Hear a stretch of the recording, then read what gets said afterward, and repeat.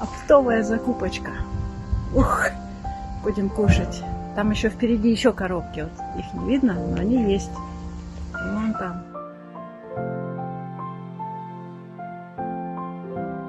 Здравствуйте, друзья! И снова наши будни. Сначала хочу поблагодарить вас всех за поддержку наших спасенышей. Огромное вам спасибо. А их у нас немало. Напомню, их 250. И вот мы смогли с вами собрать почти каждой собаке по 1000 рублей. 250 собак, 240 тысяч. Много это или мало? Решайте сами. По 1000 на каждую. Если мешок корма на месяц одной собаки стоит примерно 4000, то 1000 – это четверть мешка. И хватит только на 1 неделю.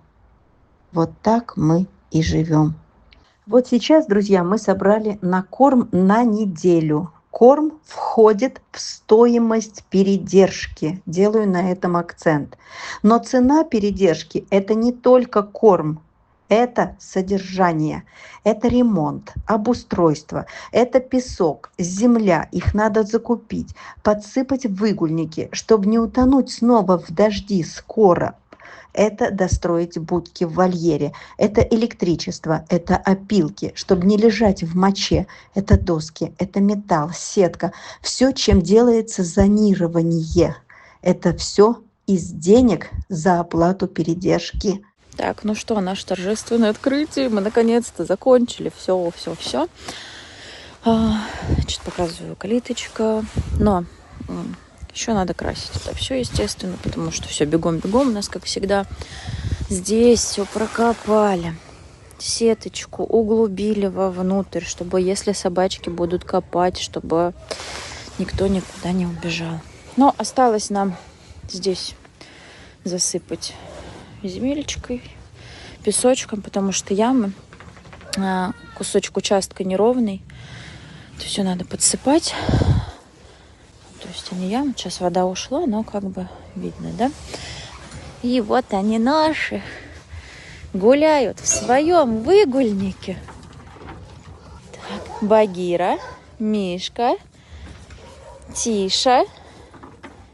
Собаки должны жить не скопом и драться, а разделены по зонам. Строго подбираются, кто с кем дружит, и сажать в эти отсеки.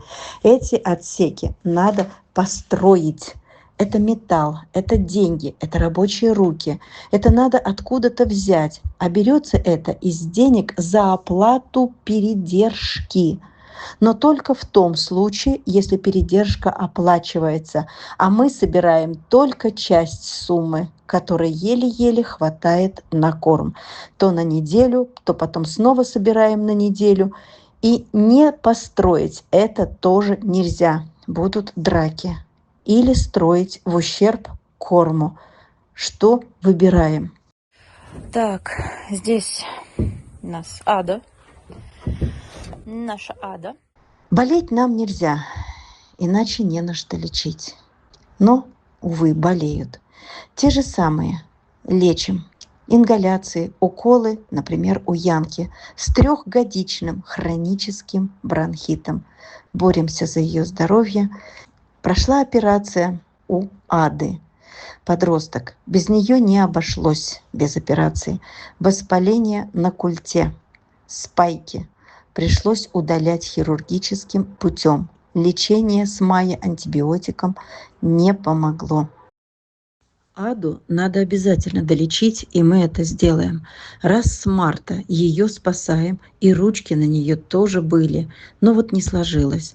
Но на полпути не бросаем никого. Она умничка и красавица. А теперь пока швы. Пока на руках выносят погулять. Передержка старается очень. Плохо, что оплачивать. Тяжеленный труд. Таких передержек нечем. И это самое ужасное в жизни куратора.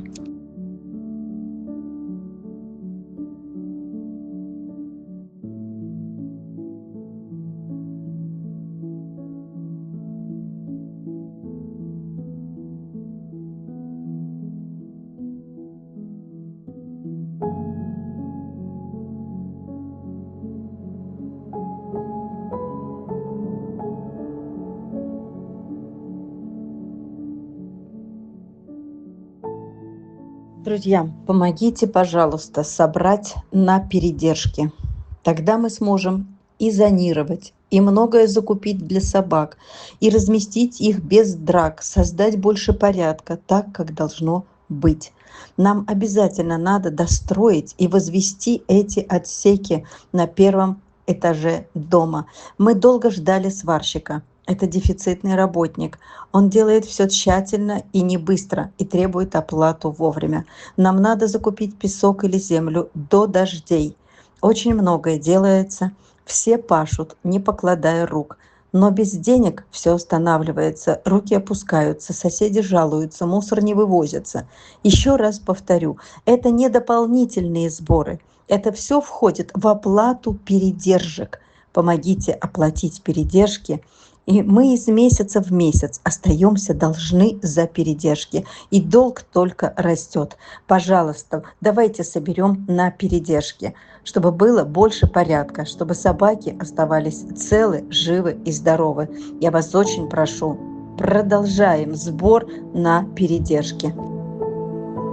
Еще ничего не достроено, но одна клетка уже занята. Иланка, твоя Чаби и Фокси. Мы, говорит, будем в этой жить клеточке. А для Марты можно прям вот окно закрыть сеткой, она там будет жить. Она на нем постоянно сидит и спит там.